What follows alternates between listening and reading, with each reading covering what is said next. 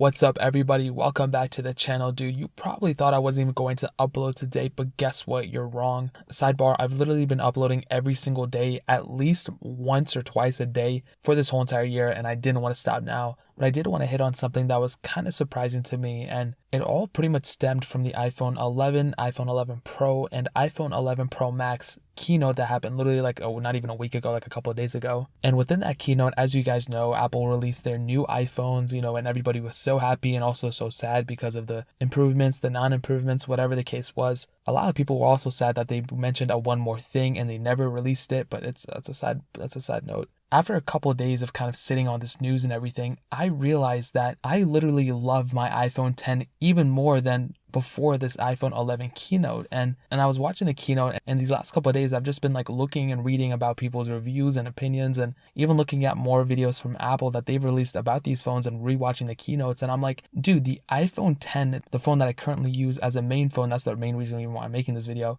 is still super, super reliable. It's still a super awesome device. And at the core of it, and at really even just the outside of it, for the most part, the iPhone 10 can still do 95, even 99% of the things that the iPhone 11 can do, or iPhone 11 Pro, or even the 11 Pro Max. But the main reason why I like the iPhone 10 right now more than the iPhone 11 Pro or whatever is the price. I mean, the iPhone 10 right now doesn't cost $1,000 it retailed for. You can literally pick up an iPhone 10 for $500, $600, even less than that for the top tier model. That's with 256 gigs of storage in it. Unlike the iPhone 11 Pro and 11 Pro Max, the base model is 64, and that's $1,000 and $1,100. So that right there is a humongous reason to pick up an iPhone 10, or even a huge reason why I like my iPhone 10 right now more. If I need to replace it, it's not going to cost me an arm and a leg. It's going to cost me a couple of $100.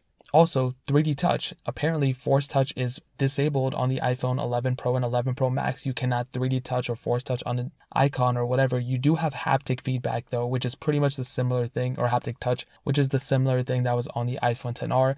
I don't hate it. I think it's cool, but at the same time, I would rather have 3D Touch or Force Touch than haptic touch. So call it what you will, but I think that's a humongous reason why I like my iPhone 10 still. Another little side note, yes, the iPhone 11 Pro and all those phones, those have the new cameras. Those are much better looking, whatever. They can do 4K at a million pixels per second, whatever, it doesn't matter. The iPhone 10's camera still amazes me. Literally, I was at some party function, not even a party, it was probably 10 people, and I was taking photos of people, and I'm like, oh my God, this camera is still super good. And for Apple to go and spend this much time talking about the 11 Pro's camera and say it's going to be a life-changing, groundbreaking, dude, literally, I upload multiple videos a day sometimes 5 or 6 videos, and I take photos all the time, but literally I barely ever use my phone's camera. And if I do, I don't really care so much about the quality. I care about what's in that image, you know what I mean? So for them to spend this much time about every little detail and this and that, I think it's cool. I think that's awesome, but I think the iPhone 10's camera is still super capable, and I have literally no complaints about it. The main thing though is the front. They really didn't change too much from the iPhone 11 Pro or the Pro Max or the 11 really. They look exactly the same on the front, same notch, same design, same literally everything,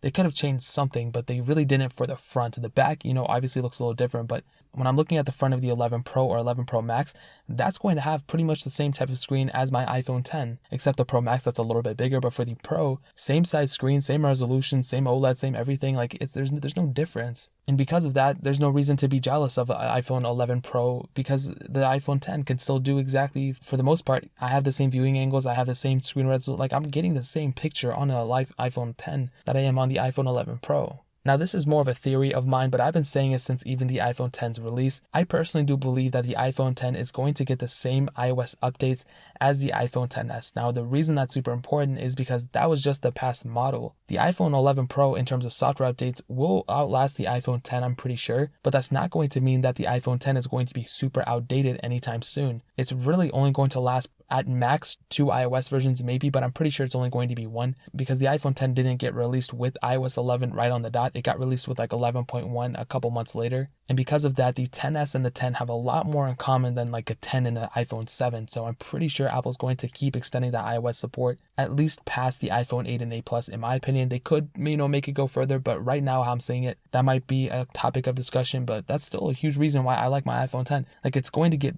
mostly the same exact software updates as the iPhone 11 Pro, and because there's not some huge differentiation factor, I totally messed that up. between the 11 Pro and the 10. That means for the most part, whatever the 11 Pro features, software improvements, whatever that phone gets in the future, it will probably be ported over to the iPhone 10 as well, because for the most part, they do almost exactly the same thing, same gestures, same Face ID, no Touch ID on the iPhone 11 Pro. So there's no reason why the 11 Pro will get better features than the iPhone 10 in my opinion. So those are just a couple reasons that I've been thinking why I'm starting to like my iPhone 10 even more now, and how much I'm feeling like it's more future-proof now than prior. I mean, if you picked up an iPhone 10 on release day, dude, like congratulations. You picked up a phone that's probably going to last longer than like a lot of other iPhones even. Not even in terms of like iOS updates, but in terms of the way it's going to look like in the future and just the futurability of the phone, not only in software, but in hardware as well. You know, in my opinion, I love my iPhone 10 even more now after the iPhone 11 Pro release, which is pretty crazy. It's usually the opposite. I'm jealous of the new phones, but